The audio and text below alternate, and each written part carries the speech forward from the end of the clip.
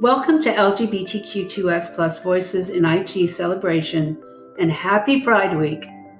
I'm Fawn Annan, CEO of ITWC.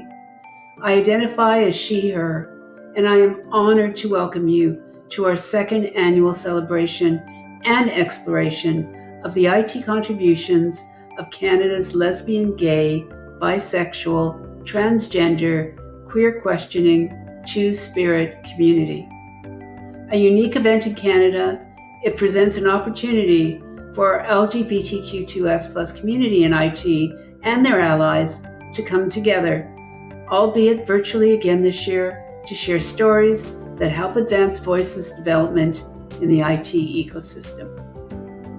As we begin, ITWC acknowledges that our work and the work of our partners and grantees takes place on traditional Indigenous territory across what is now called Ontario.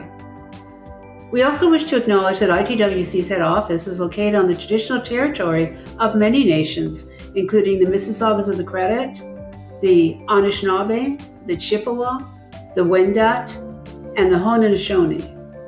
The land on which we operate has been and is still governed by the Three Fire Confederacy and Dish with One Spoon Wampum Belt, as well as in more recent times by the Nanfan Treaty, Treaty 13, and the Williams Treaties. I'm proud to live in a country that has taken a leadership role in protecting the rights of LGBTQ2S citizens. I'm also very pleased to see our technology leaders taking steps to address systemic inequities. Well-known companies that we work with are appearing regularly on lists like the LGBT Corporate Canadian Index, or Canada's Best Diversity Employers. While Pride Month is a time to celebrate our LGBTQ2S colleagues at work, it is also a time to take tangible action to support them. Small action by employers can make a big difference. As the day-to-day experiences of inclusion and belonging are driven for most part by interactions with colleagues and peers, it is important for organizations to lead by example and to educate employees on how to practice inclusive behavior every day. Through the next 100 minutes, you'll hear about ways to do that. But I want to kick the event off by offering 4 simple practices to encourage in your organization. 1. Show up as an ally. Spend time and money supporting your LGBTQ2S workers. Words are a great start, but why not encourage staff to attend community events or discuss articles or posts? 2. Normalize the sharing of pronouns. We heard last year about the coming pronoun revolution. Still, there are lots of organizations that dismiss the adding of pronouns to email signatures or during introductions. Those are the companies that are going to be left behind. 3. Learn the vocabulary of inclusion. Understanding terms like gender identity and heteronormality can go a long way to making LGBTQ2S colleagues feel understood and accepted. 4. Let LGBTQ2S colleagues set their own boundaries. Some employees will welcome the opportunity to share life experiences. Others will not. Help create a safe space for sharing, but don't push employees to share more than they are comfortable with. How do you create a safe space? Keep listening and find out. That is the topic of our keynote address.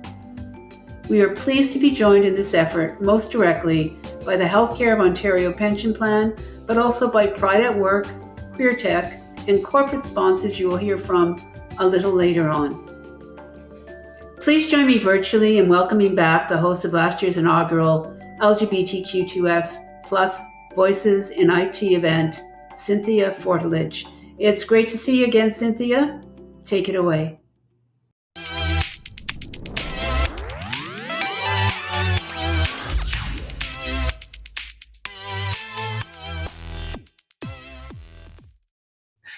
Welcome.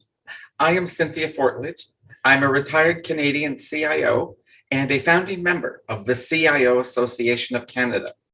I am a queer woman with a transgender history.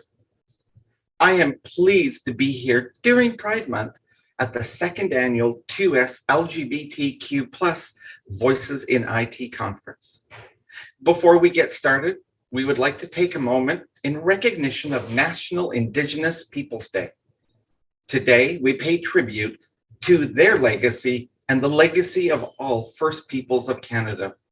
We acknowledge that we are all treaty people and accept our responsibility to honor all of our relations.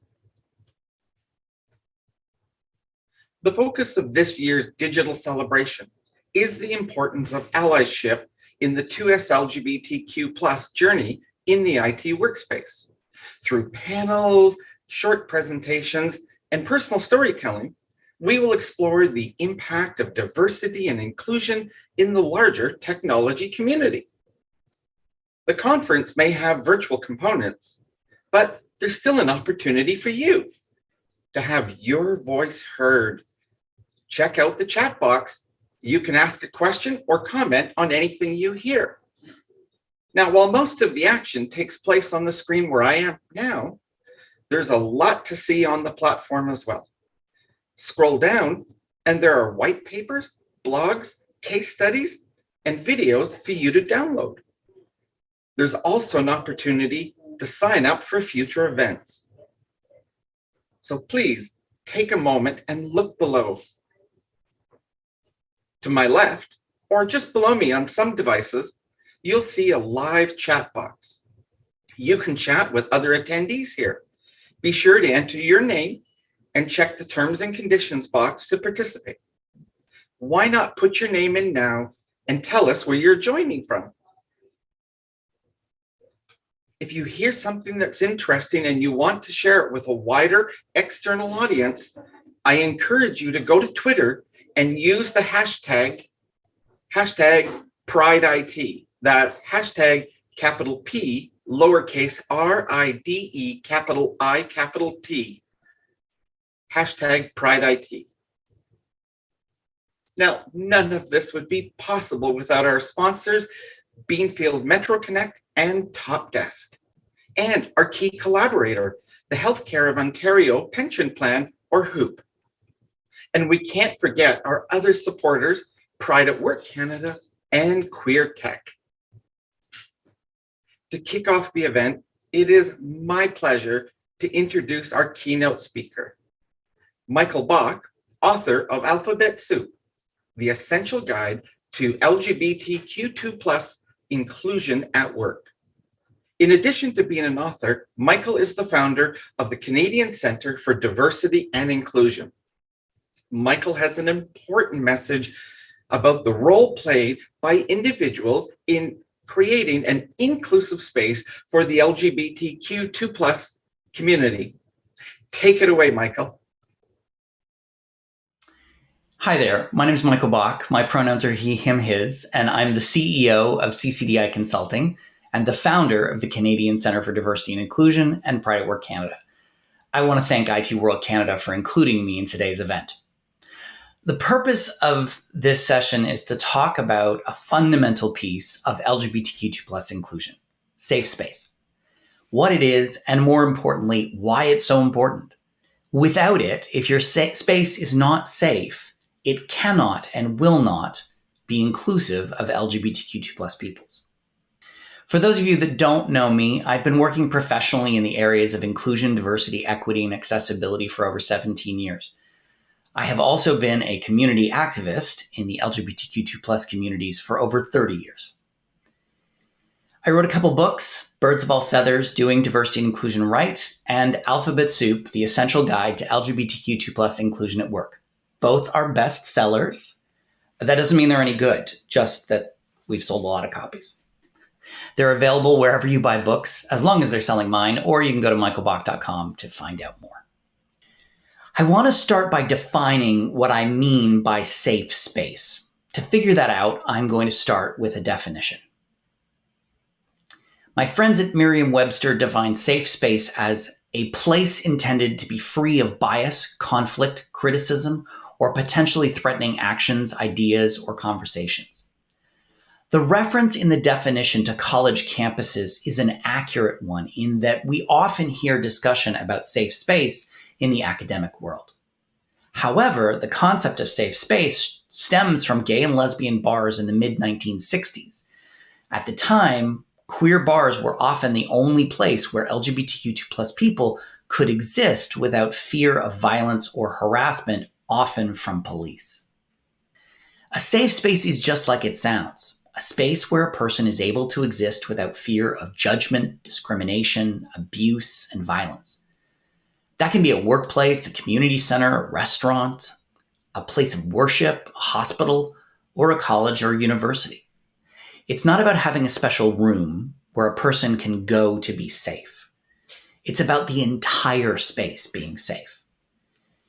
It's about being in a space where you're able to be yourself without having to look over your shoulder. So let's talk about why it matters, because it does matter. As I talk about in the book, safe space is the cornerstone of LGBTQ2+ inclusion. Without it, you've failed before you begin. Sometimes it's hard for people to understand that some spaces are not safe, particularly if those people are in the majority. Most women who have been sexualized or objectified or who have otherwise been the target of sexism understand it. Most people of color understand it, having experienced subtle or overt acts of racism. Most people with disabilities understand it, having been forced to navigate a world that is designed for the able-bodied. And most LGBTQ2+ people understand it because even if they have never personally experienced violence or discrimination because of their sexual or gender diversity, they've certainly witnessed it. Keep in mind that homosexuality was only removed as a psychological disorder from the Diagnostic and Statistical Manual of Mental Disorders, that really rolls off the tongue, in 1973.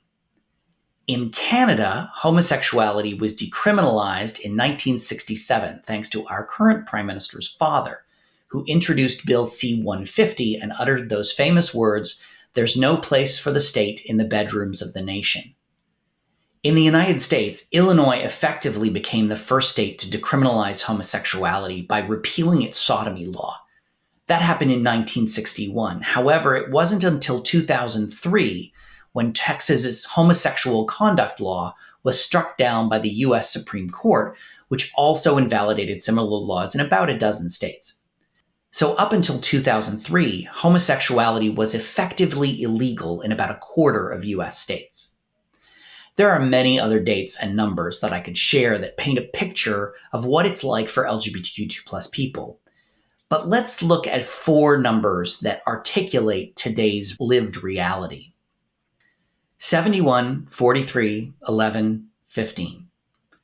There are 71 jurisdictions that criminalize private, consensual, same-sex sexual activity between men.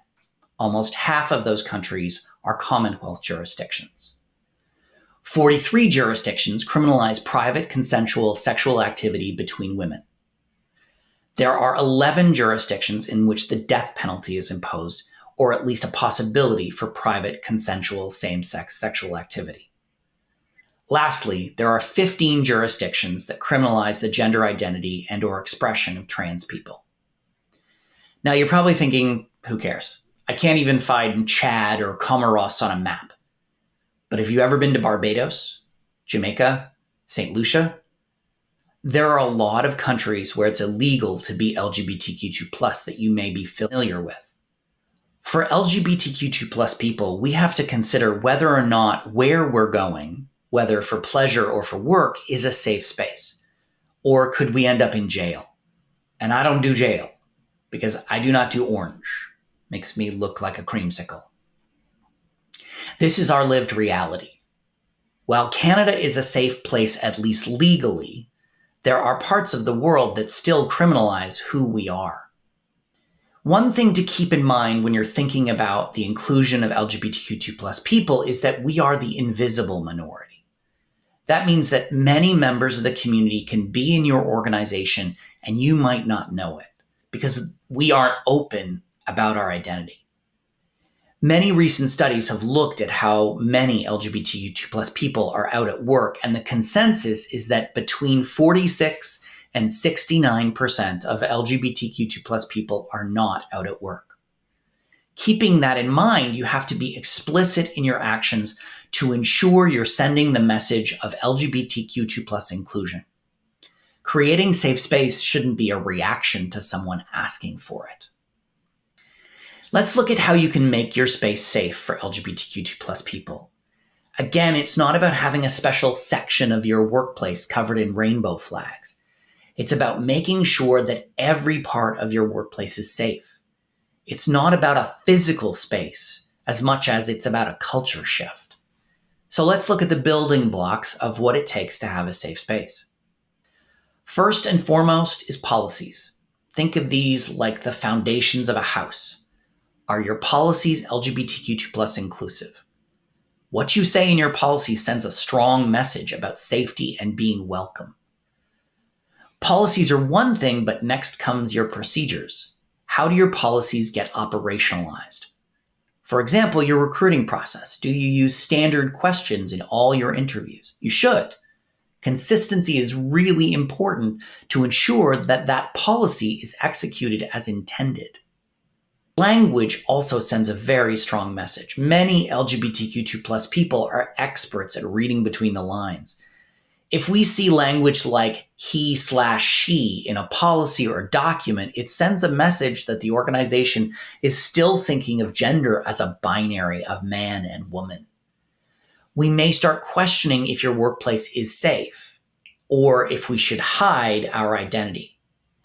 Ensure the language you use in policies and statements is explicit. Education is a critical component of safe space. It's important to make sure everyone, and I mean everyone, understands the fundamentals of what LGBTQ2+ inclusion is, what a safe space is and why it's important, and what their role is in ensuring their space is safe. Safe Space Champions is a leading practice that I'm a big proponent of, although I don't actually see it used often enough. The idea is to create a specific program that trains people to be safe space champions. This goes beyond education to turning people into active allies, responsible for ensuring your space is safe. It should go without saying, but I'll say it anyway. You need to have a zero tolerance policy. But beyond just having a policy, you actually have to enforce it. I've never seen an organization that completely enforces their zero tolerance policy. There were always more exceptions to the rule than actual enforcement. And I actually believe that's okay. Situations of homophobia, transphobia, and biphobia are rarely black and white. However, when it comes to overt homophobic, transphobic, and biphobic behavior, you need to enforce your policy without exception. Symbolism is also important. As LGBTQ2+ people, we're very attuned to look for symbols that tell us we are safe. The pride flag is a universal symbol that tells us we're in a safe space. So put the flag up and do it in a very visible way. The only thing I'll caution you about with symbolism is that you can't do it in isolation. If you hang a rainbow flag without doing the heavy lifting of education and policy work, you may find you have an increase in homophobia, transphobia, and biphobia. Putting up a rainbow flag doesn't make a space safe on its own. Celebrations are a key component of safe space because they bring people together in that safe space. Who doesn't love a celebration? Pride is the most obvious celebration. Every employer I know throws a pride party in June. It's exhausting. Here's a little secret. I'm going to be gay in July and August and September and pretty much every day of the year. There are lots of dates on the LGBTQ2+ calendar that you could choose to celebrate. International Day Against Homophobia, Transphobia, and Biphobia is May 17th. National Coming Out Day is October 11th. Another component of safe space that I love to see is signage. And I mean literal signage that says that a space is safe. You can use this as part of your new Safe Space Champions program. Once a person has gone through the Safe Space Champions training, you can provide them with a sign they can hang in their workspace to send a message to everyone that they're there to support safe space. I want to leave you with some tangible takeaways of things you can do to create safe space. It's one thing for organizations to create safe space. They can put up signs and introduce policies, but the reality is that safe space is a very individualistic act. An employer can say a space is safe, but if the people in that space haven't bought in, then the space is not, in fact, safe. Creating a safe space requires individuals like yourselves to step up and engage. It requires people, particularly if those people are straight and cisgender, to make it clear that the space is safe. The first individual action you can take is simply to get involved. Not to get all brain sciencey, but if we look at how our brains work, we tend to be drawn toward people who have an affiliation with.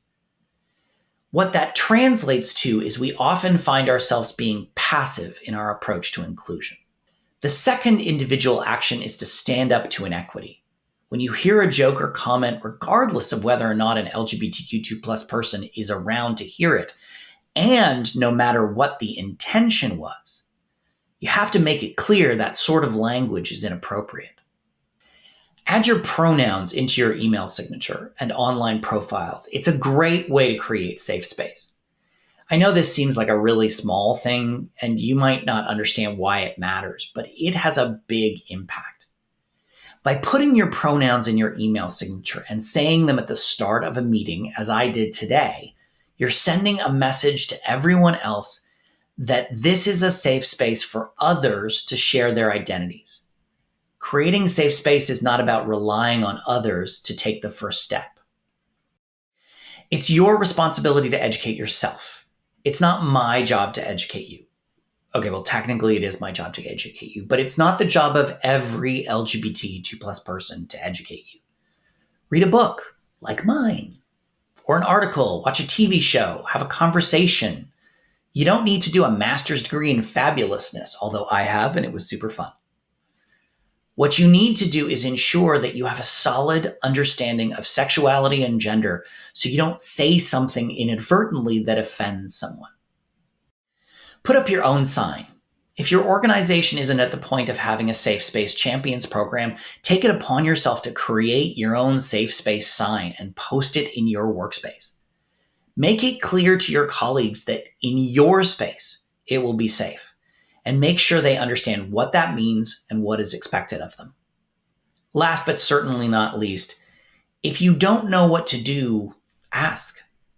There is zero expectation that you're going to ride in on your white steed and save the day. No one is asking you to be a savior. If you want to be a safe space champion, ask your LGBTQ2+ colleagues and friends what you can do to help, and then do it. It's not that complicated. The worst thing you can do is decide what others need. We have a long history of that in this country, and it never works out too well. So to wrap it up, I have 6 things you can do to help ensure your space is safe. Engage, step up and be active, share your pronouns, educate yourself, put up a sign, and ask. If every one of you were to do these little things, you would ensure that your workplace was safe for LGBTQ2+ people, and you would be the envy of employers everywhere. I want to thank you so much for your time, and I hope you enjoy the rest of today.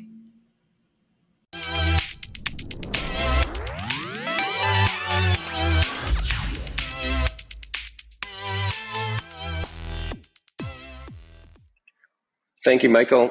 That gives everyone a lot to think about and sets a great foundation for the rest of today's program. I'm Grant Dyer, VP of People and Culture at Beanfield Metro Connect, the builder, owner, and operator of the largest independent fiber optic network in Toronto and Montreal. At Beanfield, we believe in working collectively to create a more positive outcome for one another.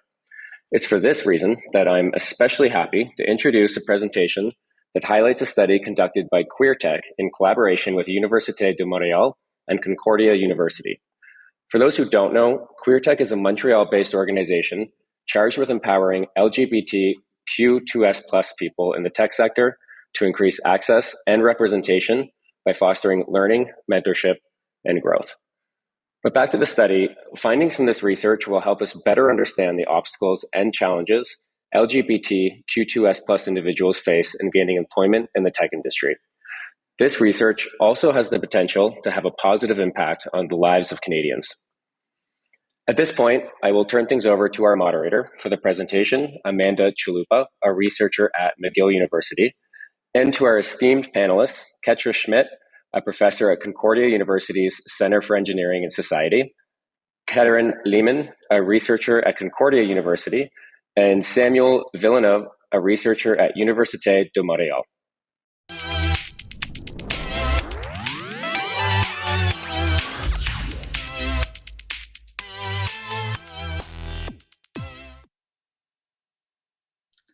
All right, merci beaucoup. Thank you all for joining us today. I'm happy to be moderating this session about the important research that's being conducted by QueerTech and our amazing partners at Concordia University and Université de Montréal. I'll invite Catherine and Sam, our two research interns, to tell us a bit more about the research and the process. Catherine, can you get us started by talking about the rationale and the research questions? And Sam, can you then continue by outlining the phases of our research project? Yeah, Amanda, definitely. So as we all know, LGBTQIS2S+ individuals face barriers and challenges in gaining and retaining employment in the tech industry, which leads to their significant underrepresentation. And research on this issue is sparse and incomplete. And so QueerTech decided to answer some of these important and impactful questions. So our three main questions are, what are the lived experiences of LGBTQIS2S+ individuals working in Canada's tech industry? The second question is, how could the tech industry adapt its work culture to better recruit and retain members of these communities? And third and last question, what barriers need to be eliminated and what tools can be implemented to do so?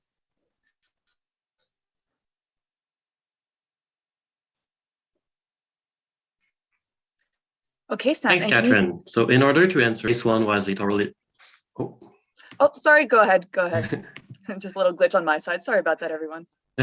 No, that's okay. So phase one was a thorough literature review to better understand these topics. Phase two is collecting data through a survey we developed.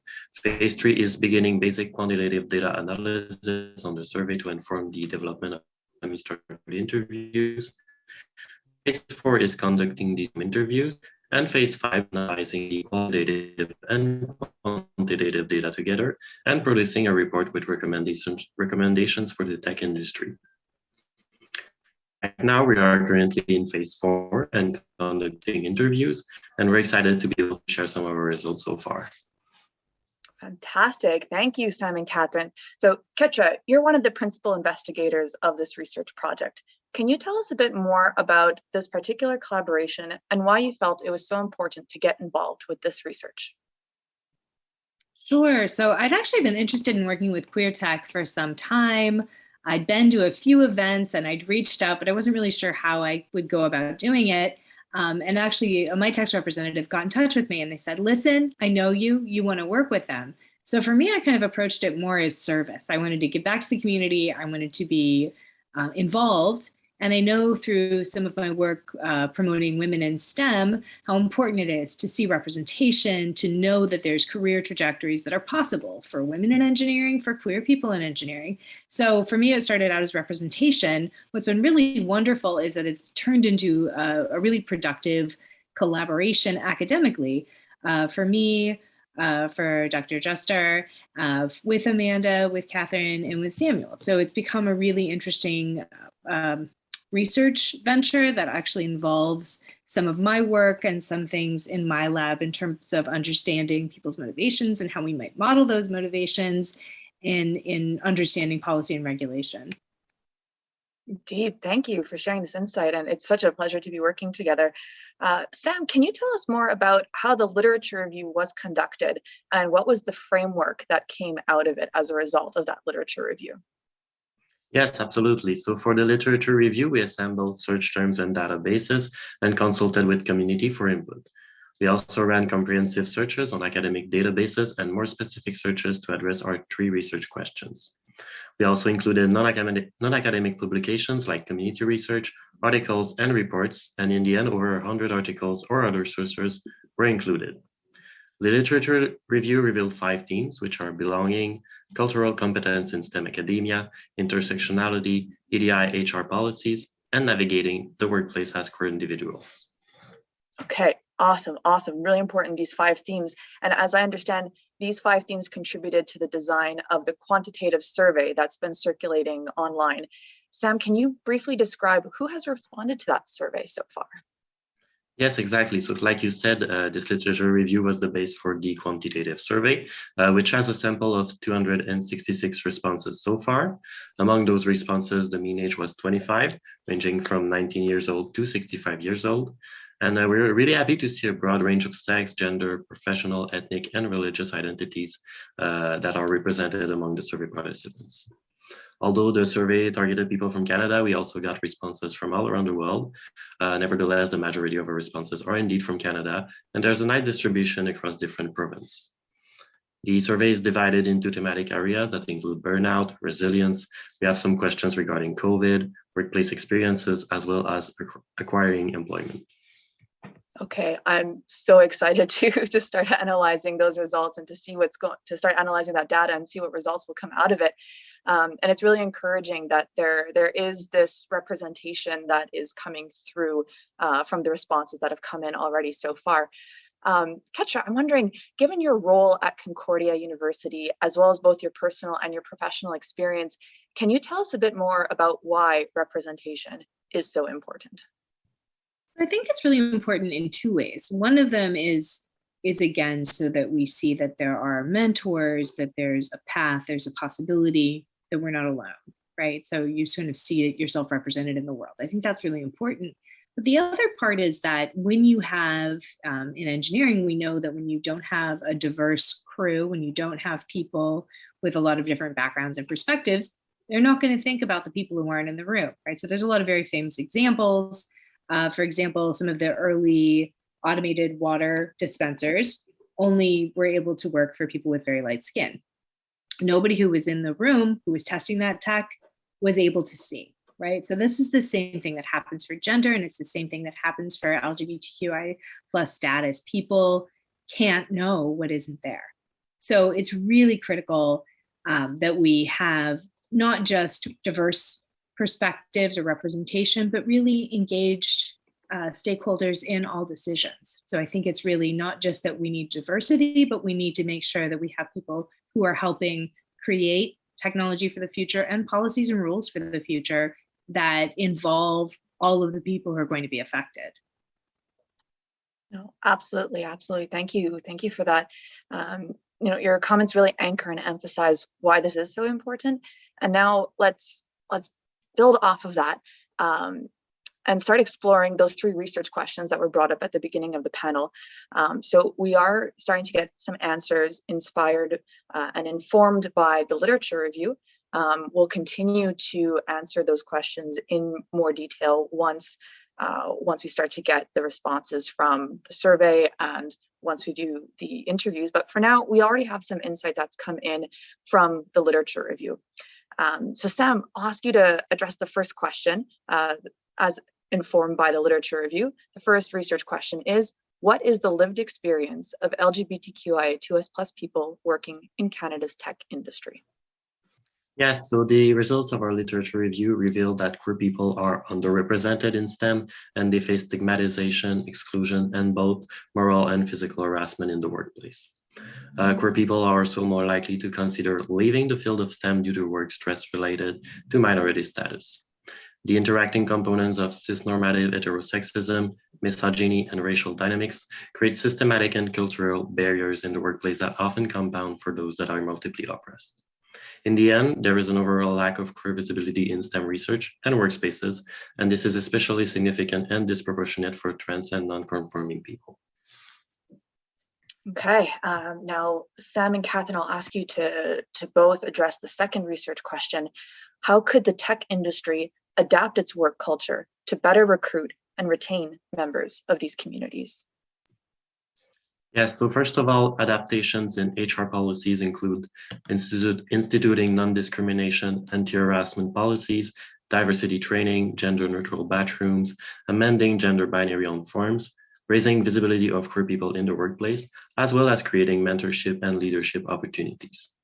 Institutional policies can include making commitment to diversity explicit and holding the same expectations from partners, as well as supporting creators of products and services that benefits the queer community.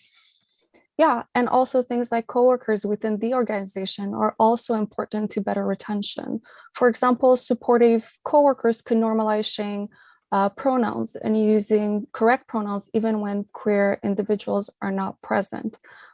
Also actively participate in diversity training and being aware of LGBTQIS2S+ invisibility and the strains of coming out. Also, a supportive management could make their commitment to zero harassment explicit, model inclusive work culture, and have diverse role models in upper management, which could further increase recruitment and retention. Other things such as adaptation and policies for accountability and transparency can include providing clear paths to progression and mobility within the organization, as well as using inclusive communication internally. HR departments should consistently be reviewing all policies and practices affecting workers in order to maintain objectivity. Okay, fantastic. So we're really getting a good overview of the very extensive literature review as addressing the different research questions. We'll now go into exploring the answers to the third research question. And Catherine, I'll ask you to address this one.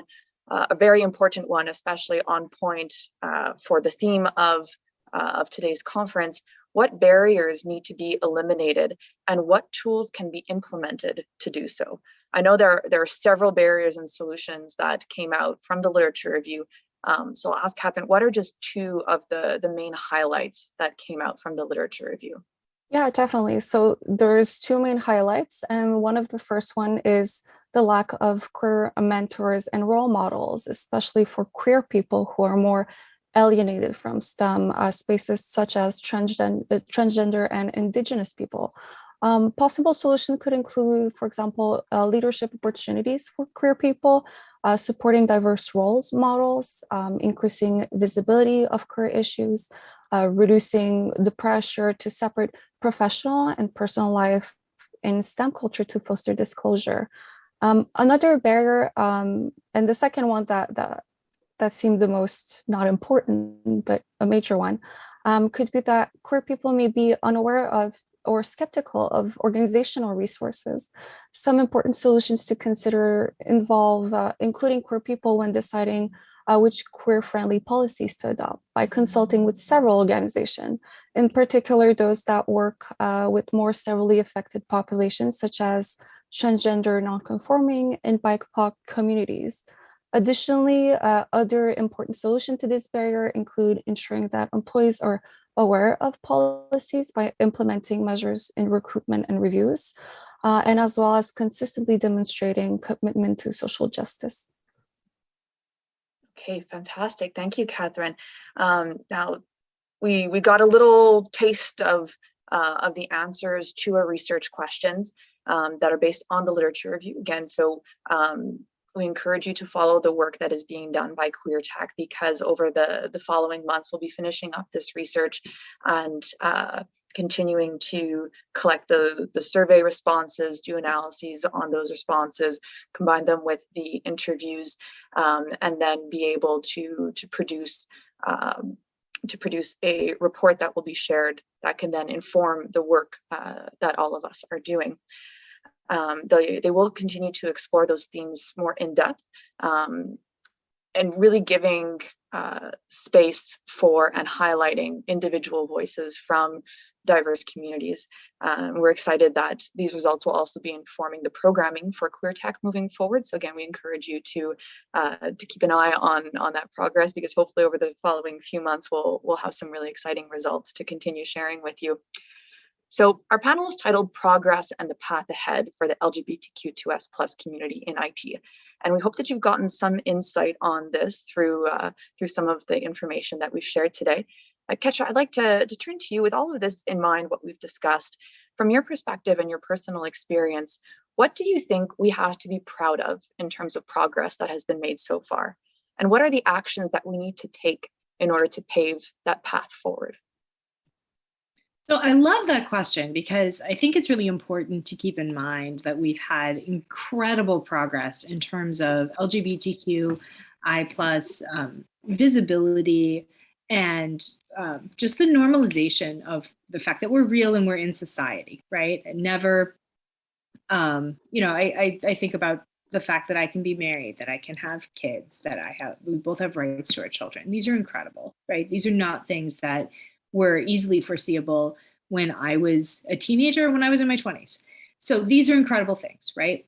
And the fact that support from corporations like that we enjoy right now is normalized, and it's almost a safe way that companies can give money, right? And they can donate to Pride. This is all really wonderful.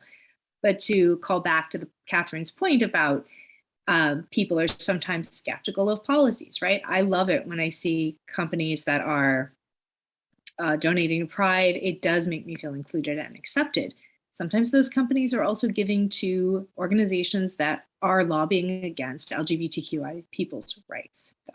So if we want to talk about being consistent, that's a really important point, right? If companies are trying on the one hand to have a flag at Pride and on the other hand to lobby against our right to exist, this is a big issue, right? So I think it's important to keep an eye on all of the good things that happen, but also to acknowledge there has been a terrifying attack on trans people's rights in particular, but a rise in the normalization of homophobic language as well. So we live in exciting times. And I think that what do we do about that, right? The fact is that I think for the majority of the population, there's been a real change, especially in younger people, in terms of their attitudes about queer people and our existence in the world. That is really, really positive. This is a minority, but it is a growing minority with power. What do we do about that? We stay awake, we always vote, and we try to work collectively as much as possible. There's a lot of civil society organizations that do work to promote and normalize a number of democratic institutions. And I think that it's really important to highlight that democratic institutions and LGBT and particularly trans rights are inherently related and related to the rights of all other minoritized and oppressed communities. So there is a lot of hope, but these are not easy times, and we need to keep our eye on both of those things at the same time. Mm-hmm. Absolutely. Definitely. I'll also just take a moment now to say that as we're coming closer to the end of our panel, if anyone in the audience does have any questions that you'd like to ask, we invite you to share them in the chat, and they'll be transferred over to me if there are any thoughts you want to share or any questions that you would like to ask. I'll take a moment now to ask Catherine and Sam just briefly. Why do you feel it's important to be involved in this sort of research as early career researchers, as students looking to the next steps? Why is this an important pathway that you're choosing to be involved with? And maybe Sam, I'll ask you to comment briefly first. What are your thoughts on that? And what would you have to say maybe to other early career researchers or undergraduate students who are looking for pathways and the sorts of research to go on? Mm-hmm. Yes, I think a main point is that this type of research is a collaborations between like the industry and the academic spaces. So yeah, for me, it's really awesome to see that the work that we're doing have kind of a real life impact. And we can see that the progress that we made and the reports that we do and the conference, all of that, it gets people excited, and we got so many beautiful interactions with people. So I think it's really important. I encourage any like students to follow path in research, because it's not all about publishing and things like that. It can have a real impact, and it have a real impact. So I think it's really, really important. Excellent. Thank you, Sam. Catherine, would you like to share a couple of thoughts on that as well? I know we've talked extensively about the importance of doing community-based research and really ensuring that it's nothing about us without us, and that there there is that opportunity to really hear what are the needs of community and to develop research that directly addresses that. Yeah, I think, I come from the academic background and also in the marketing field. And oftentimes in marketing, it's a bit easier to see, what impact does your study has on, or your product has on people. In academia, sometimes we don't have the opportunity to follow up after publishing. So this is an opportunity that you actually have some impact on people's well-being and social mobility. So it has been rewarding in that sense, where we are at conferences. We had our first conference live in person conference recently, Sam and I, and people were coming up to us and saying, they weren't really questioning and asking and trying to, regarding our methods and how it works. They were just making comments and saying that this type of research matters because it's going to have an impact on their own life. So I think this has been a very different experience for me. And I see in academia that right now there has been a switch where people are more interested in the lived experiences of people, and it's shifting toward a more participative and hands-on community research. So that's something that I look forward to. And I encourage people to get into, and even like, it's not necessarily students, but also professors to do more of these, to have more projects and more research opportunities for students to embark on these journeys, because it has been very rewarding for the past few months working on this project and seeing that you have an impact. And I think also a new opportunity to do something. Absolutely, Catherine. Absolutely. And Ketch, I see you nodding vigorously. And yeah, absolutely. We highly encourage continuing to do this sort of work, these sorts of collaborations. It is possible to do great collaborative work between industry and community grassroots organizations and nonprofits and the tech space and the industry spaces. So we're going to keep this going forward. It is possible to still respond to the survey for anyone who's interested in doing it. We especially welcome and encourage anyone identifying with an underrepresented group to participate to help ensure that your voice is heard and represented. You can find the survey at queertech.info/survey, and you can contact us by email at research@queertech.org. We would love to hear from you, even if you just want to share your experiences by email with us, or if you'd like to find out more, if you'd like to get involved in some way. We're really open to seeing what the possibilities are. Again, if you'd like to respond to the survey, it's found at queertech.info/survey, and our email is research@queertech.org. You can also find and follow QueerTech on Facebook. We really look forward to hearing from you and continuing to build this positive pathway forward. Thank you so much for having us. Thank you all. Have a great rest of your conference, and we'll keep in touch. Take care. Thank you. 3, 2, 1, go, Cynthia. Thank you, panel. That was an engaging conversation that gave us all lots to think about. In just a few minutes, we're going to give you, the audience, an opportunity to ask questions live. Sandeep Nair, Manager of Business Development, Pride at Work Canada, along with Helen Ahern, co-chair of the Out ERG at Shopify, will be joining us to discuss allyship in action and look at what the Voices community needs from allies and how those outside the community can best lend their support. Oh, never mind. If you have any questions, put them in the chat and we'll answer them. Before that, here's our first community story brought to us by our collaborator, Hoop.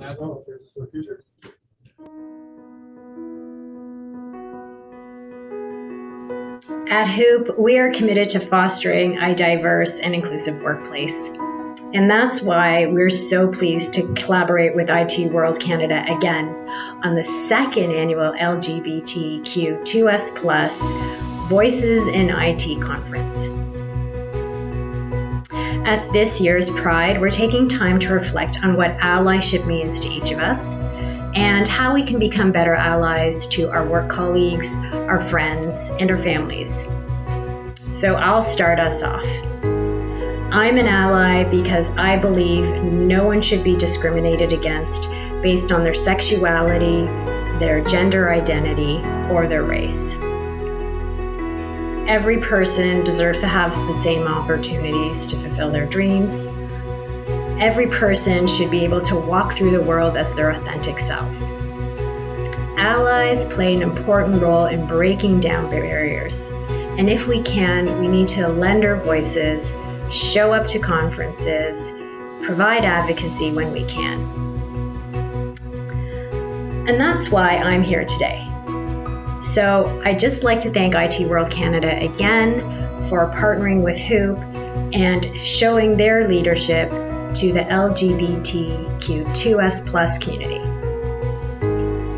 I'm an ally because I believe that everyone should be able to bring their authentic selves to every aspect of their life and not only be accepted, but celebrated. Allyship is such an important part of Pride, which is why I'm proud to be an ally this Pride Month and every other day of the year. Allyship has helped me be out at work. I've been lucky to have as many allies as I've had throughout my career who make me feel safe and comfortable being out. Not every job was the same though. As I look back, I realize that when I had strong allies and I didn't have to hide who I was just better in those jobs. I just did better work. There's a long list of allies that have made a real difference in my life, and I know that you know who you are. Thank you for all of the support along the way. I am an ally because I believe that everybody should be treated with respect and fairness, regardless of their background, gender, sexual orientation, race, or ethnicity. It resonates with our organizational values at HOOP, and it resonates with my personal values, being compassionate and being professional. I'm an ally because I want to embrace diversity and cultivate an environment where everyone is heard and feels safe bringing their ideas to the table. Being a father of 3, I want my kids to grow up in a world where they can be who they are, without fear and the belief that everyone should be respected and treated with dignity, regardless of who they love or their gender identity. To me, allyship means safety. As a queer woman, I feel empowered to be myself because so many of my friends, family, and colleagues are allies. Unfortunately, I know many people don't have access to the same community that I do. Allyship matters because no one should ever be made to feel unsafe for who they love or for who they are. For me, allyship means creating a safe and inclusive environment for the 2S LGBTQIA community. It also means being supportive and understanding of everyone's lived and unique experiences. It could also mean being a sponsor, mentor, and advocate to help provide a voice to those who may be voiceless. I'm an ally because I have family, friends, and colleagues who are LGBTQ2S+, and they are kind-hearted, intellectual, loving, and just amazing people who I respect dearly. We also all have the commonality of being human beings, and so we need to treat each other equally. And as a mom of 2 young human beings, I want them to embrace their commonalities, but then also embrace their differences and to feel safe and secure in who they are, no matter where they are.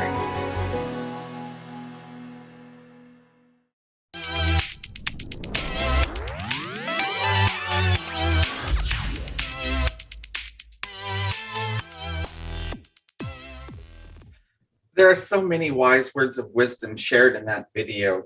Thank you. And now for our live Q&A. I'd like to say hello to Sandeep and Helen.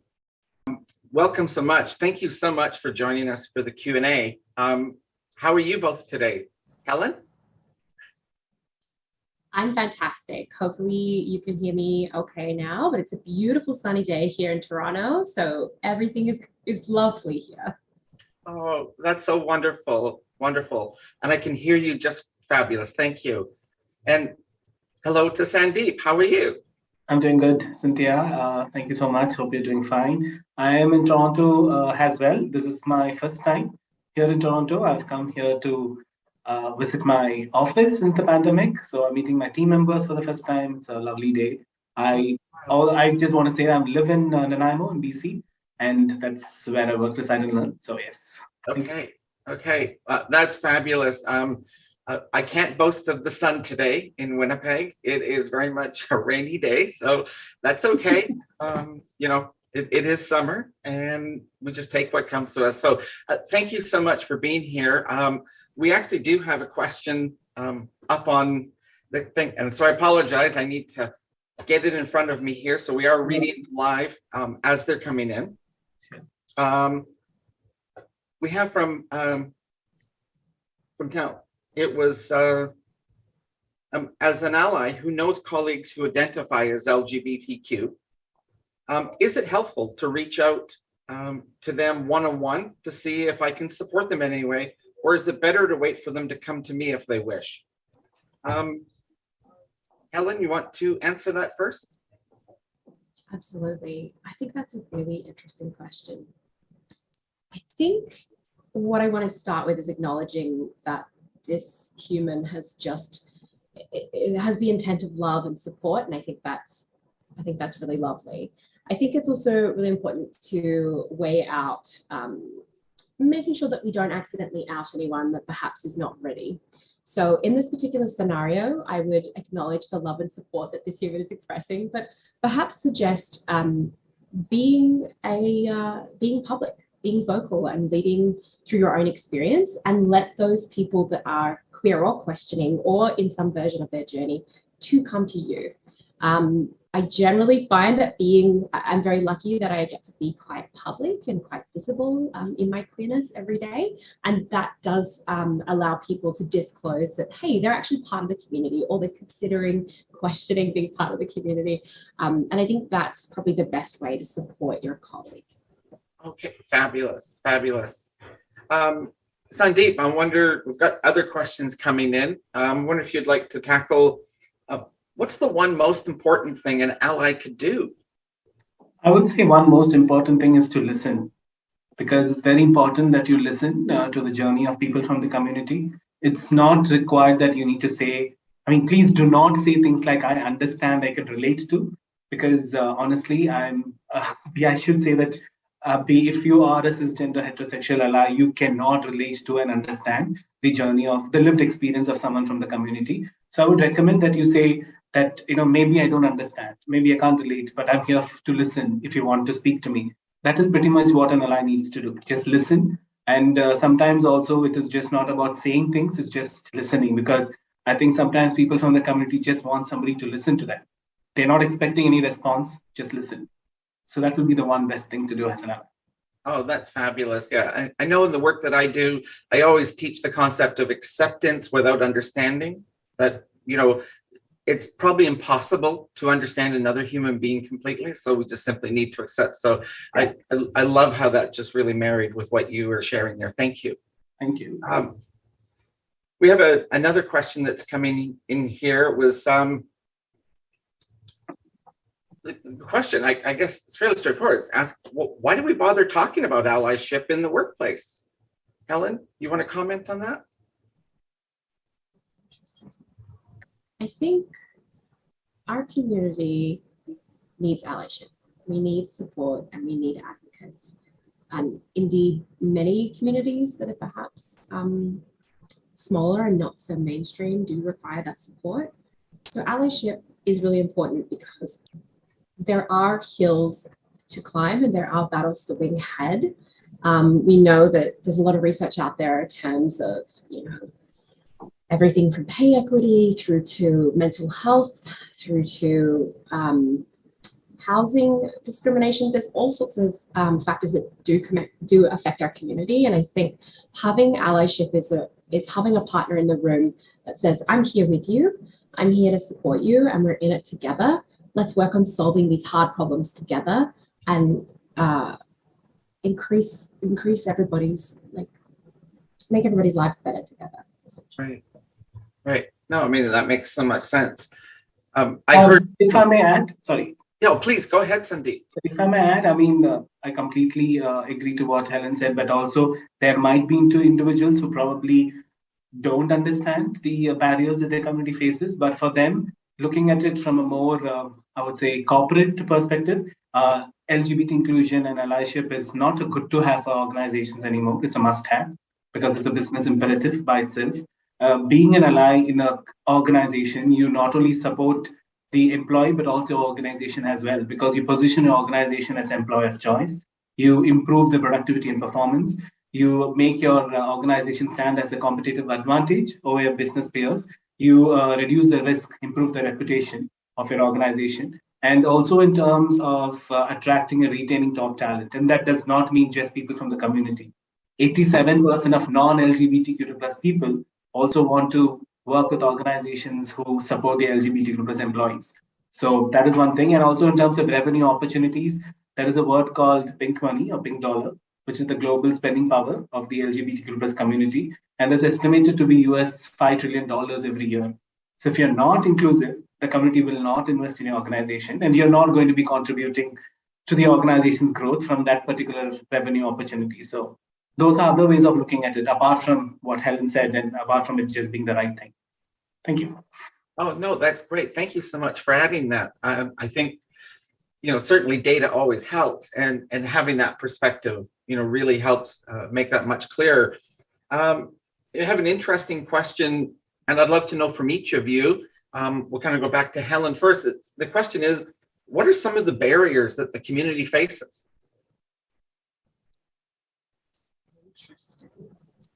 There's a lot. I think I mentioned some of them before, but there is, I think a lot of the barrier, if I was to group it, a lot of the barriers come from fear, perhaps, of not knowing or not understanding. So if you perhaps don't have a diverse team, perhaps it comes from a fear of how do I source and seek out queer talent, and how do I bring them through the pipeline, and how do I, once we have them on the team, how do I support them? So it's kind of a discomfort, a fear. So I do talk a lot about leading into the uncomfy, like sitting with discomfort. Perhaps if you are a part of like an incoming talent pipeline, thinking about how do I find the queer talent? How do I engage them? How do I make sure they're supported, engaged, and successful, and on the equal footing?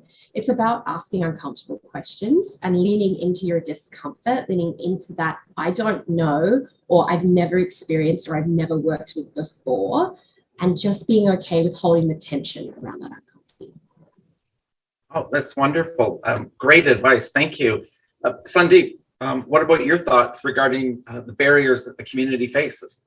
To start off again with statistics, 5 to 12% of Canadian population to identify as LGBTQ plus community, but unfortunately 25% of Canada's homeless population also is from the community.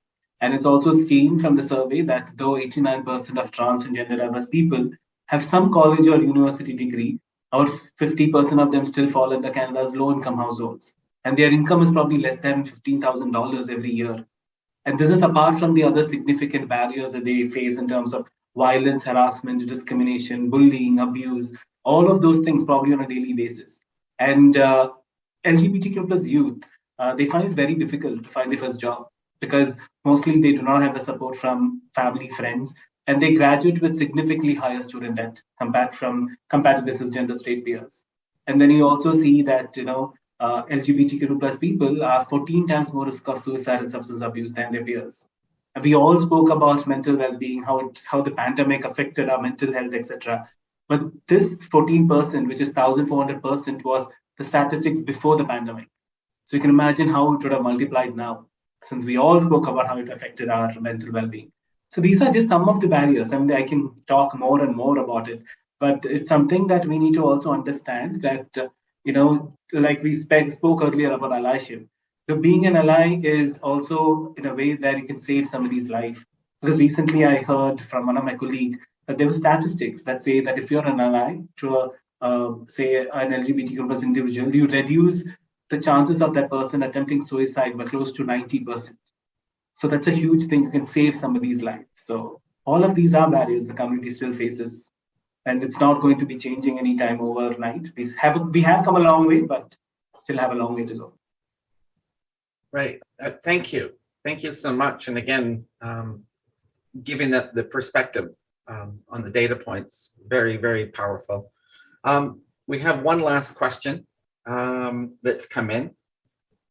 And it says, do you have any advice for allies for helping onboard new LGBTQ2S plus team members to a team that is mostly or all cis-het, so cisgender and heterosexual? And how can allies make them feel less isolated? Helen, do you want to answer this first? Yeah, I immediately think of one of my friends and peers who's a very senior sales leader who asked me a very similar question. I don't know how to bring this team member on and make sure they feel supported and I can make them successful. The advice that I gave to him was to just be honest and open and make sure your onboarding team is sharing resources and information. And indeed, shout out to my co-chair who is part of our onboarding facilitation team and makes sure that our newbies are very aware of the employee resource groups. We do actively share our pronouns. We do talk about being your whole authentic self at work and that it's okay and that it's accepted and encouraged. So I think it's part of that, but it's also undertaking some education. Sitting in the uncomfy of, yeah, I don't really know that experience or that even that acronym, I don't know what that means. So leaning into that, educating yourself, educating your team and leading your team by saying, I'm doing this course, who'd like to join me? I'm attending this conference, who'd like to come with me? So it's about being a visible leader. It's about creating space. It's about saying, I don't know, but I commit to learning. And it's also about the onboarding journey as well for that particular folk. Oh, fabulous. Thank you. Sandeep, how about your thoughts regarding the advice of helping to onboard a new LGBTQ2S plus team member to a team that's mostly all cisgender and heterosexual? I think in this case, I just want to probably highlight that we should not be looking or waiting for someone from the community to join our team so that we be inclusive. That should just be the team's culture in terms of being inclusive, whether they are cisgender or heterosexual, because that's an assumption we are making about a person. Nobody actually calls out to say, hi, I'm cisgender, heterosexual every day. And so I think that should be the first approach in terms of having an inclusive culture, irrespective of the team having someone from the community or not. So that case, if you're already building a very inclusive culture, then you don't need to wait for somebody to join. You're already building it by self. So if somebody does join, they feel comfortable. But again, in terms of, since we did speak about allyship being a verb and not a noun, I specifically call out this favorite definition that I have for who's an ally. So an ally is a member of a privileged group who advocates against oppression. An ally works to create social change rather than participate in oppressive actions. So that is where you need to take as an ally steps to ensure that you do not stand for any kind of an oppressive action, behavior, statement, comments, nothing, and understand your privilege. I mean, that specifically comes from cisgender heterosexual people in terms of understanding. And by privilege, I do not mean special rights. I just mean certain things that you take for granted. Like very simple example of this, I mean, all of us went to the COVID clinic this past 2 years, but, for me, when I went to the caregiver asked me who was my first point of contact, and I said my partner, then the immediate next question was, how's your wife doing? And I had to come out to say, okay, not wife, husband, things like that. That probably is a conversation you might have within your team as well. So that's something that you need to avoid and ensure that you use gender inclusive communication. You have policies that support people. Even if you do not have people from the community, call out your organization and say, do you have inclusive policies for people from the community? Do you have benefits that support them? They might ask, but we don't have anybody from the community. How do you know? Maybe somebody is there and they haven't come out, because statistics say that 5 to 12% of any global workforce is from the community. So you probably already do have, and they don't come out. So I think creating an inclusive culture even before they join, that would be the best thing to do. Oh, that's fabulous. Great advice. Thank you. Thank you. So Helen, I wonder, we're kind of moving into the closing part of this. Did you have some sort of closing thoughts you'd like to share to kind of wrap up all of this great advice that you've brought to the table? Yeah, I'd like to highlight something that I've learned from my leadership team. Jules has recently taught me this expression of ally up. And it's about speaking, well, my interpretation is about speaking up, speaking out, speaking often. So it kind of speaks to that allyship as a verb, not a noun. It's about being active. It's about having conversations. So if you are in a team meeting, lead by saying, welcome folks, welcome squad, welcome team, any of that inclusive language. It's about saying, hi, I'm Helen and my pronouns are she, her, and then beginning your meeting. It's about being vocal, being present, sitting in the uncomfy and learning and continuing to show up as a leader, as an ally. Oh, that's amazing. Can you say that once again, just for myself and for the audience? I love that. It was, as an ally, you want to... As an ally, you want to show up and speak up and be present and be a disruptor, sit in the uncomfy. Okay, that was great. Thank you. Sandeep, did you have any other thoughts to close with? I would just say, in terms of becoming I would say, visible and good ally, which starts with understanding how you might experience privilege in the workplace, irrespective of who you are. I mean, an ally does not mean a cisgender heterosexual person. The ally is anybody from the community. It could be allyship within the community as well. You might experience that privilege in the workplace, and then using that privilege to support and help others grow. And that could be in terms of empowering the, say, underrepresented communities, no matter how their diversity is. Listening and learning how someone probably pronounces their name, describes their identity, uses their pronouns, mirroring the language that they use. All of this are steps an ally can take. And I think it starts with probably small steps, but then please keep learning, because there's always more to learn. Even in terms of best practices, keep evolving. So just because you know certain things does not make you an ally, because inclusion is a journey, not a destination. Thank you. Oh, thank you. Thank you, Helen. Thank you, Sandeep. That was absolutely fabulous and really helping us clarify why allyship has become a key driver of success for inclusive organizations. Next, we have another community story sent in from Sam Lilimo, a content program specialist with Expedia. Sam is going to tell us a little bit about his experience growing up as a part of the queer community.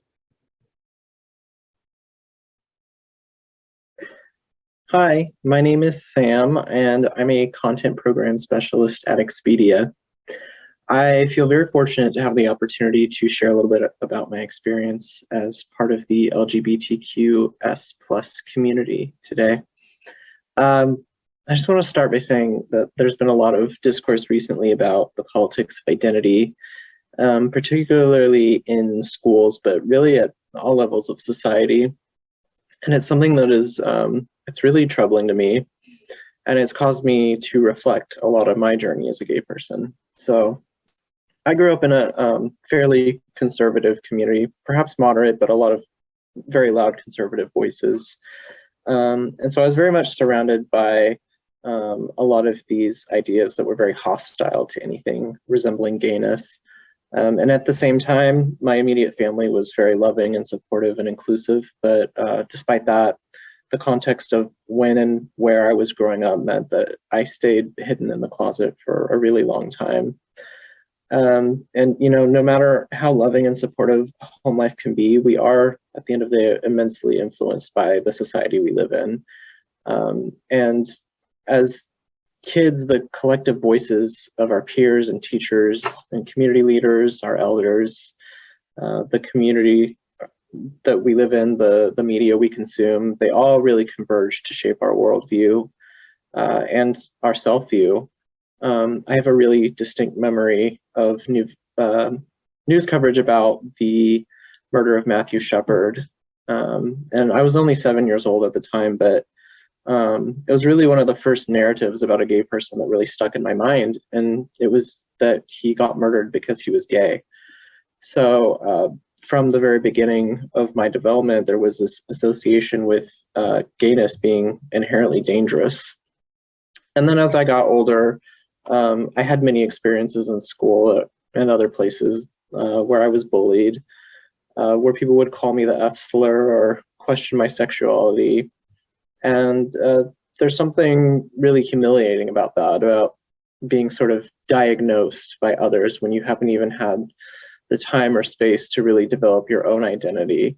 And it's especially scary when that thing that they're calling you is something that you associate with danger, and it makes you feel like you are on the verge of being hurt at all times. So there's just this heightened sense of danger, and it's terrifying. And then, after school, I entered the workforce, and I experienced a lot of similar things, some really toxic work environments that were dominated by largely white, conservative, cis, hetero, alpha male type personalities. And with that, not only came a lot of homophobic rhetoric, but a lot of misogyny and racism, just a lot of bigoted, hostile discourse and energy. And it's just like you sort of drown in it, and it really weighs you down. But once I went away to college and was able to really separate myself from all of those antagonistic, toxic ideas about gayness, I was finally able to do the introspection that was necessary to find that self-acceptance and to be my authentic self. And eventually I made my way to Seattle, where I now currently live. I found a new community that was supportive of my true self. I fell in love. I got married to a wonderful man named Brad, and I started my professional career working for organizations that were so very much the opposite of the school and workplaces of my formative years. And most of my career has been spent at Expedia Group. It's where I still work now. I started my first position there as a contractor in 2015, and I eventually became full-time, and I've held various roles since then. And one of the things that has kept me at Expedia so long is the culture. On top of the great benefits and the work-life balance and other perks, Expedia really puts a lot of energy into promoting inclusion and diversity. We have this really robust inclusion business group cohort that works to promote productive conversations around various identities of marginalized groups, and works to affect change within and outside of the company. And I think Expedia is a really great example of a business recognizing that investing in their employees' well-being and allowing them to connect in a more meaningful way is a superior business practice. At its core, travel is about connecting people and broadening horizons and offering people new perspectives. So at Expedia, we recognize that in order to offer a superior product and culture, we have to bring those principles into the work that we do and the connections that we make with each other. And so being a gay person and being able to work with other members of the LGBTQ community and allies has been really life-changing. It really sort of affirmed to me that all that time I spent in fear growing up was wrong, and that it was not okay, and that the reason I couldn't see it at the time is because I couldn't see other people like me. I didn't have the representation or even the vocabulary to be able to describe what I was feeling, and having visibility gives you that voice. And although we don't really think of them as communities, workplaces are inherently communities. They're organizations where people collaborate to achieve a shared goal. And for any community to be successful, it has to recognize that its participants are human, and that they should be treated with dignity and respect and cared for, and that they should be allowed to be their fully authentic selves. And we cannot reach our full potential when we are suppressing these inalienable aspects of our identities. The really, full circle moment for me was several years ago when I started working on this project for LGBT-friendly hotels. My team handles various maintenance projects for hotel content that customers see on our live sites. And one of the tasks that landed on my plate was doing these regular audits of queer-friendly hotels. It's nothing extravagant. I'm not like engaging with these hotels to make sure they're following policy A, B, or C, etc. I'm just sort of like handed this data, and I do make sure that the LGBT friendly indicator is being added or removed as needed based on that information that we received. And although it's not really a huge part of my job and it's not something that's particularly complicated, it is something that means a lot to me because it's allowing me in this really small way to designate safe places for queer travelers to rest their heads at night. And that feels really special. So thank you for having me, and thank you for engaging on this topic. It really is important work, and I look forward to keeping this conversation going. So thank you.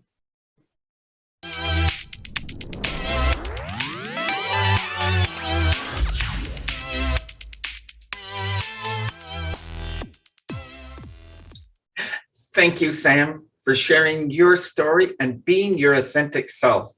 We are so glad you found a home at Expedia and are able to use your lived experience for the betterment of the community as a whole.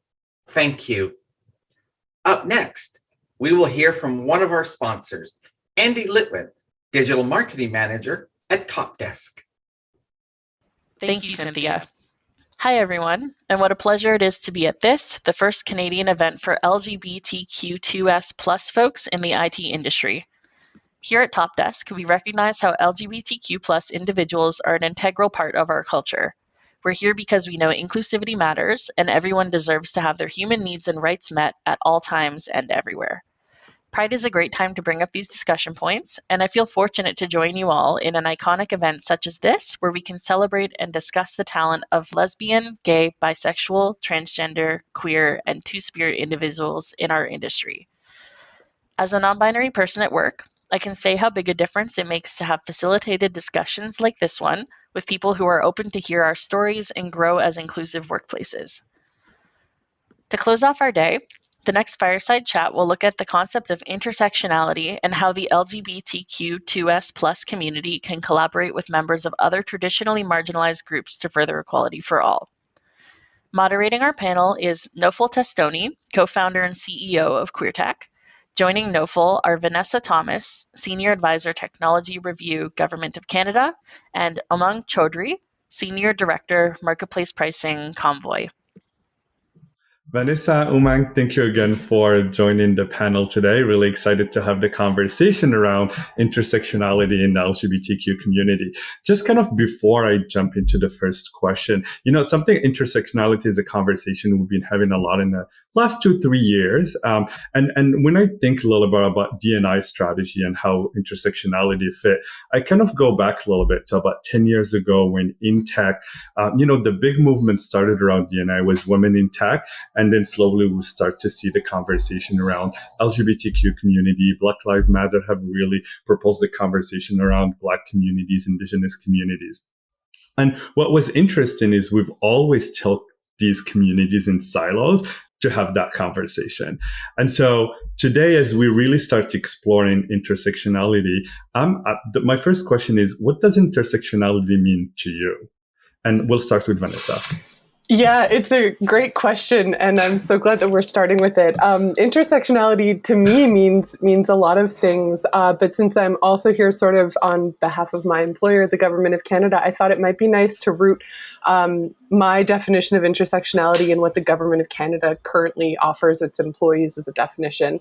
As many people know, the Government of Canada remains a feminist government right now under Prime Minister Trudeau, and we have the option to take GBA plus training, which is gender-based analysis plus training, and the plus brings the intersectional lens to it. So employees are supposed to think about gender, sex, language, ethnicity and race, religion, age, disability, geography, culture, income, sexual orientation, and education in any of the projects that we do it. And I actually think that big cluster of labels and concepts is a really helpful way for us to approach our work. So for me in my workplace, that's the definition of intersectionality that I bring.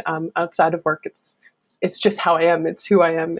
It's how I operate. So I'd love to hear what you both think of intersectionality, of course. Yeah, absolutely. Yeah, thank you. Oman, go ahead and I'll go after you.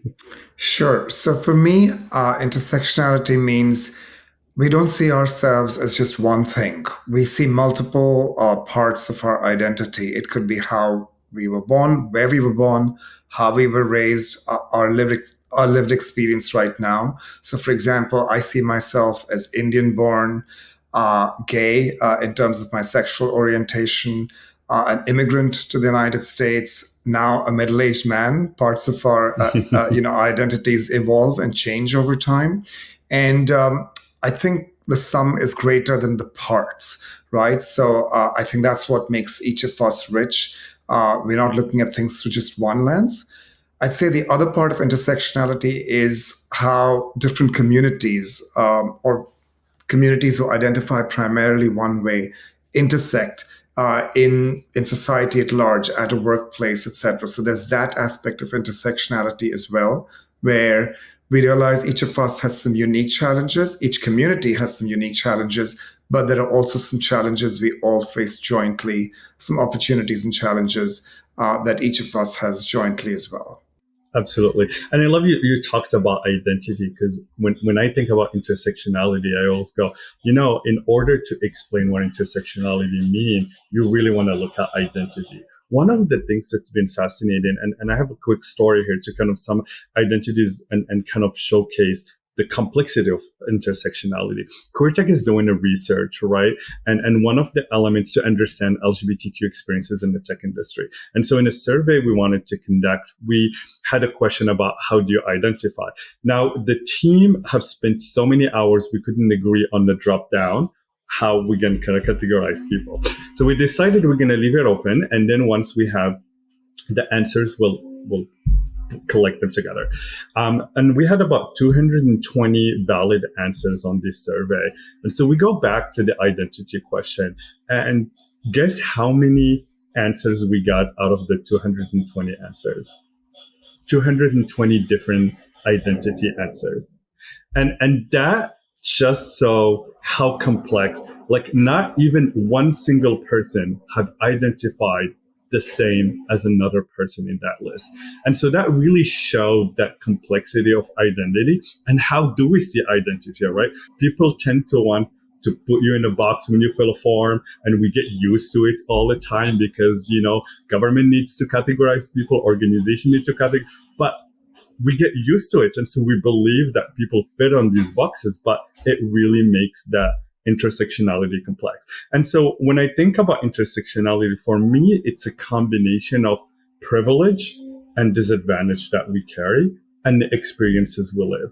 And that's something that everyone carry, but we also forget when sometimes we talk about privilege and people, feel offended that we call them you have privilege, but I'm like, you have your privilege and your disadvantage, and you can't think of them as a silo. And so that's kind of a little bit how I look at that intersectionality, is really making sure that people understand, we all carry privilege, we all carry disadvantage, and we all have our unique experiences that impact that. The fact that I'm a person of color and queer, and Omang is a person of color queer, doesn't mean we both have the same experience, right? And so, and really this is kind of a great set to think, because a lot of times when we are setting up even D&I strategy, right, within companies, or we talk about within the community, like how do you think intersectionality is broadening the lens of inclusion, and why it's important to talk about it today? Umang, we'll start with you this time. Sure. So I think that instead of each of us fighting our own fights, because there are fights to be fought, right? There are rights still to be won.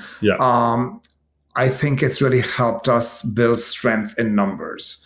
I'm going to take it also into the territory of allyship. Certainly for the LGBTQ community, I think we would have struggled to get where we've gotten as fast as we've gotten without the help of a lot of allies, right? And so I think the different communities and different identities we represent should and can and do also ally with each other. And we be able to fight the common fight as a result of that. There's another layer of this as well, even within the LGBTQ community, because it is an alphabet soup after all. And, we all have slightly different identities and slightly different needs and concerns, right? And so it's also important for us to be allies with each other, even within the LGBTQ community. And then, of course, at a higher level, the LGBTQ community needs to also be allies with women, for example, with people of color, with veterans, for example. And again, there are intersections that each of us has within all of those groups and the many, many others that exist. And so I really, again, coming back to my main point, which was there's strength in numbers. We're no longer just 10% of the population or 5% of the population. Yeah. Together, we are a very large group, and almost everyone, really, I believe, can find a way to identify with one group or intersection or the other when you have that lens. That's awesome. Thank you, Umang. Vanessa, what are your thoughts? This is another really great and important question. I think for me, what I've seen intersectionality do for our communities is give us language to talk about these differences in inclusion and exclusion that people are experiencing, the differences in power and privilege that people have.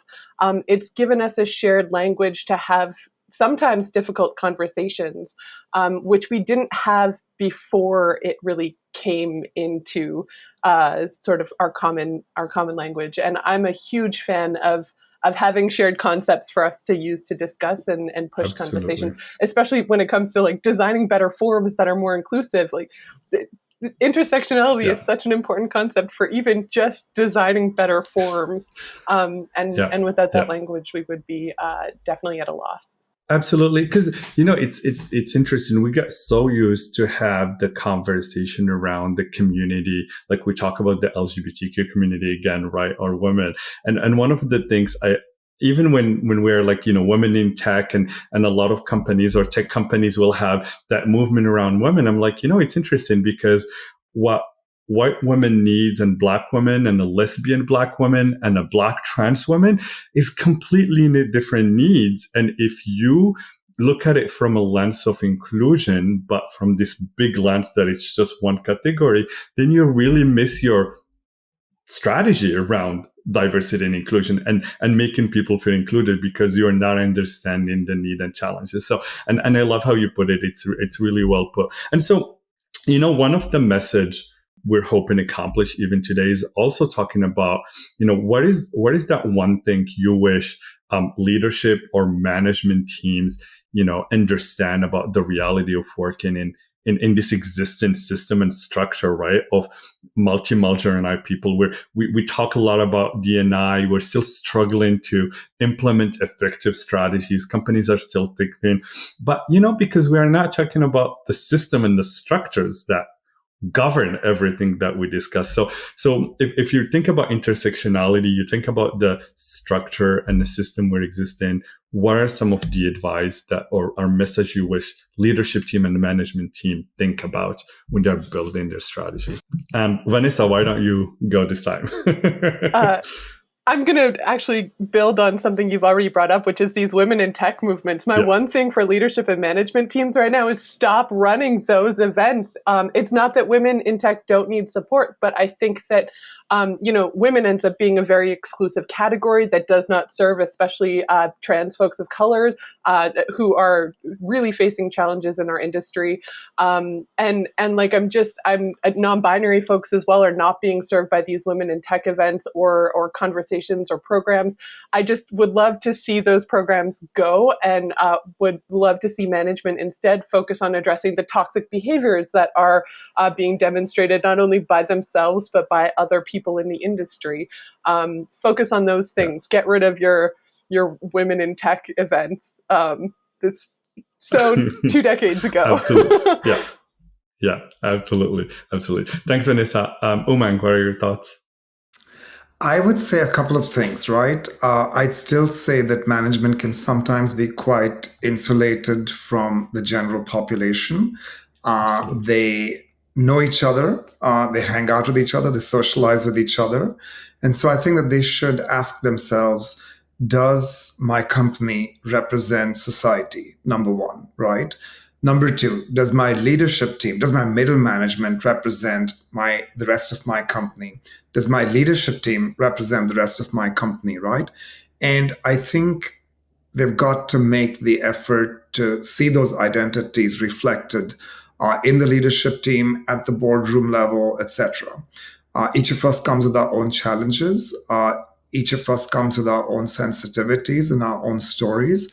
And I think the moment they even begin to have one or two or three of their leaders come from different parts of the community, each of us can then act as a bridge to other allies, right? Again, we're working on this together.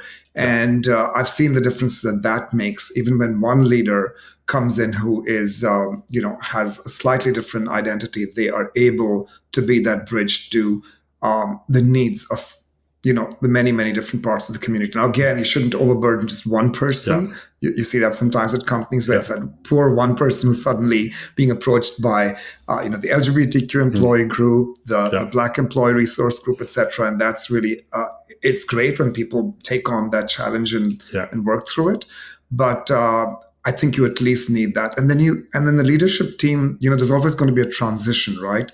From a team that's all homogenous to one that starts including other people. And that transition time is also really challenging because the people who come in feel like they're imposters sometimes. They feel they're all alone.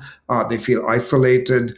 And I think it takes a lot for the leadership team to really work on welcoming these new identities in until everyone's in a comfortable number where they don't feel that any longer. So I think there's a lot for management and leadership to do, from hiring to the right representation at all levels and making sure people feel comfortable when they are in these at these different levels within a company. Absolutely. We talk a lot about, system and structure is something that we've inherited for a long time, have been built over time.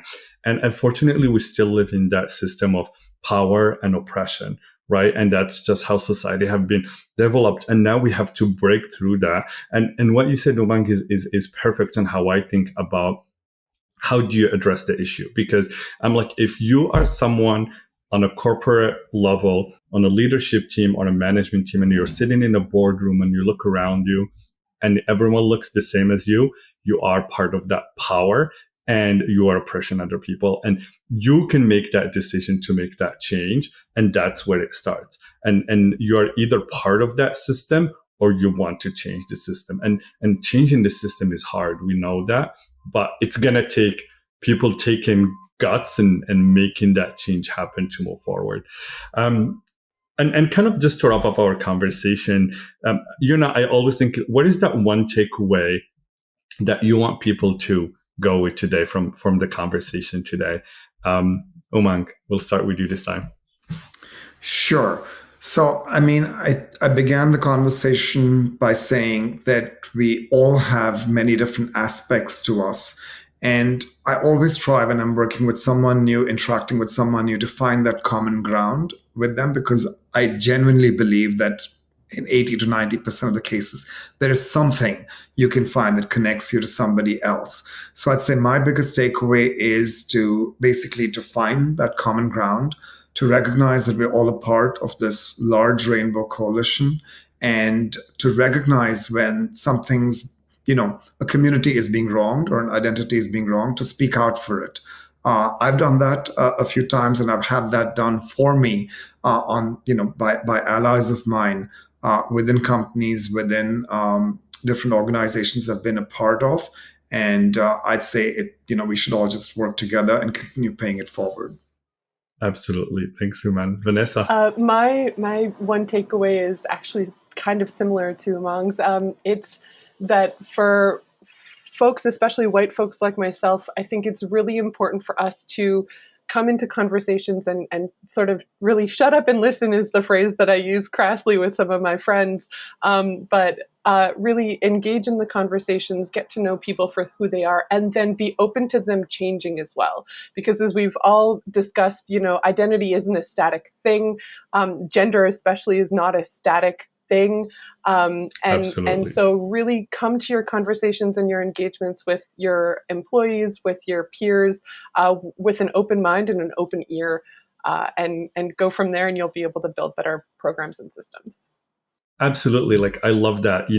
Human beings are complex beings, and we can't really think of us as just one box in a form or one category of ourselves. We all have that intersectionality. We come again with our privilege, we come with our disadvantage, and experience the fact that we are from the same community doesn't mean that we live the same experiences. And I think that's really important when people are going into a conversation with someone, to not let that stereotype come to your mind and just generalize because you think that someone from the community who have certain experience. This has been a wonderful conversation. Thank you so much for joining us today. Thank you. I know. Thank you both. Vanessa, it was really nice, working with you as well. Yeah, nice meeting you both briefly. I wish we had longer, actually. Like, I know. I'd love to know even like how wonderful. You got into tech and like yeah, there's so many things. All right, great conversation.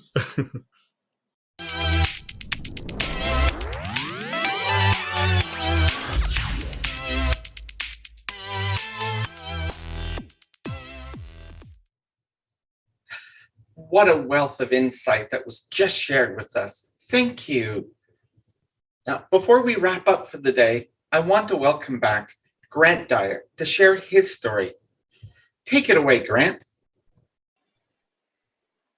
I want to start and tell you why I'm here and why I care so much. I moved to Toronto from Windsor, Ontario, about 18 years ago. In many ways, Windsor is a great place to grow up. But for a queer youth at the time, I would argue it was not the best environment for me. I grew up in a religious family, church every Sunday. We were all part of the church. I was an altar boy until high school. It sounds lovely and wholesome, but here's the thing. It was torture. Before I continue, I have nothing against organized religion. In fact, I think it's a really beautiful thing for a lot of people. And really builds a loving sense of community. I also think that like most things, times change and people change for the better. But for me at the time, it was not a happy experience, to say the least. My mere existence was a sin, and I knew I was going to hell. It's really sad when you think about it, because as a little boy, I truly thought that I was kind of going to suffer in some kind of eternal damnation. I knew I was gay at the age of 8 years old. I did not understand what that meant.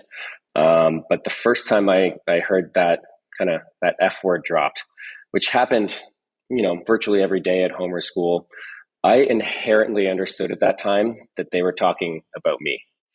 I carried so much shame. I had absolutely no one to talk to for a decade.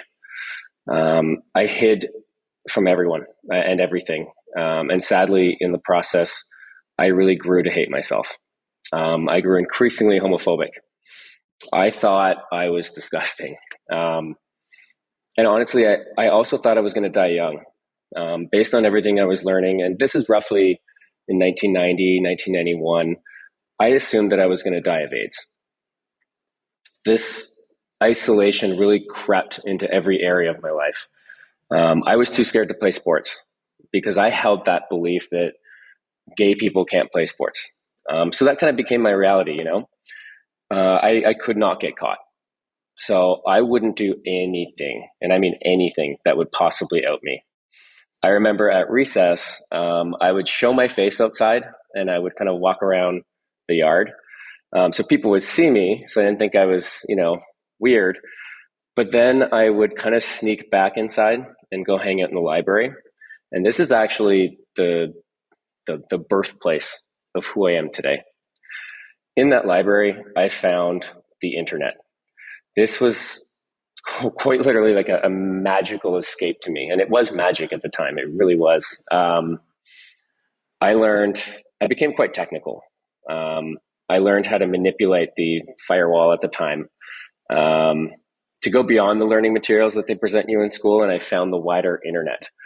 I remember one time when no one was looking, I typed gay Canada. I don't know why I remember that, but I typed gay Canada into Yahoo or Excite or one of those websites that are the Google of now. Anyways, I found Toronto. I found my escape plan. The internet changed my life. It showed me that there was something worth living for, that being gay might actually be okay, or at the very least tolerated just a few hours north of where I was. I found community. I found my community. And for the first time in my life, and I was still quite young, but I had a goal, I had a plan. I learned everything you could possibly learn about networking, computers, programming, hacking, web design, literally anything I could absorb. In real life, I was still quite lonely. I got a job at the age of 14. I actually got hired at the age of 13, but they made me wait until my 14th birthday. And this was really step one. I had to buy my own computer. My parents didn't have a lot of money. And I just couldn't keep sneaking around public libraries and school libraries across the city. But fast forward a few years, and I was eventually forced out of the closet. I fell in love with my straight best friend, and as a defense mechanism, he told the entire school and outed me to everyone, including my family. This led to a series of unfortunate events, getting kicked out of the house, getting into trouble at school. But eventually I found a close group of gay friends. Sadly, during that time, I lost one of them to suicide. Another friend a little while later was murdered for being gay. Needless to say, all of this supported that narrative that I built up for myself that being gay is dangerous. It's dangerous business. I packed my bags and I left. I moved to Toronto. I had no job, no future in mind, hardly any friends, but anything was better than where I was at that point in my life. Given my experience in IT and networking, which is really built as a foundation because I was gay, it was my escape, I found my way to Beanfield. Beanfield was gay owned and operated, and I immediately found my forever home. I became very close friends, best friends with our CEO, Dan Armstrong. He was out and proud, and at this point, I was still kind of, even though I was out, I was never out at work, and I was still hiding. Believe it or not, I am actually marrying my partner in September, who works at Beanfield. Though we did meet prior to him being at Beanfield, we built our relationship at Beanfield, and that's because this was the only place on the planet that I felt safe, that I felt I could be 100% authentically me. I held a number of roles over the past 16 or 17 years at Beanfield. Funny enough, this is all quite fitting because today marks my work anniversary. So this is kind of funny. But in my current role as VP of People and Culture, I've created several groups to ensure that anyone like me that lands at Beanfield finds a place here, finds a place in our community. I started our social committee. I created our ERGs, our employee resource groups. With many others, I helped organize our Pride events for almost a decade, including our Pride parties, and we've even done floats in Pride Toronto. I brought in a third-party diversity consultant, and together we built our vision and built an entire diversity program and policy at Beanfield. In HR now, we're looking at our hiring practices. We're ensuring the language and systems that we use are inclusive and equitable. As a gay-owned and operated company, Pride is kind of like our Christmas, I would say. We celebrate Pride every year. We sponsor the Black and White Gala from the CGLCC, which is the Canadian Gay and Lesbian Chamber of Commerce. We, of course, donate to various charities. I think most recently was the 519 in Toronto and West Island LGBTQ2S Center in Montreal. We highlight community organizations. And of course, for the second year in a row, we're supporting the LGBTQ2S Voices in IT, produced by IT World Canada. I want to wrap this up by saying the tech industry has become such a great industry for queer people. This kind of digital human-centered design has allowed people like me to tell our stories. I've always found there's natural empathy and a desire to learn more about each other as a result of this technology.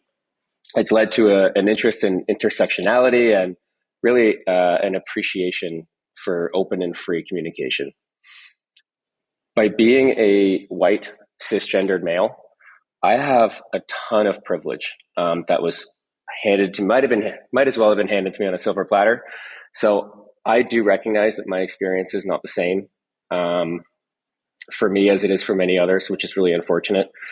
But that's why I've dedicated my career to doing what I do at Beanfield, using this platform that I have for change.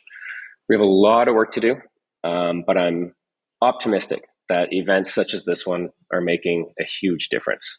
Thank you.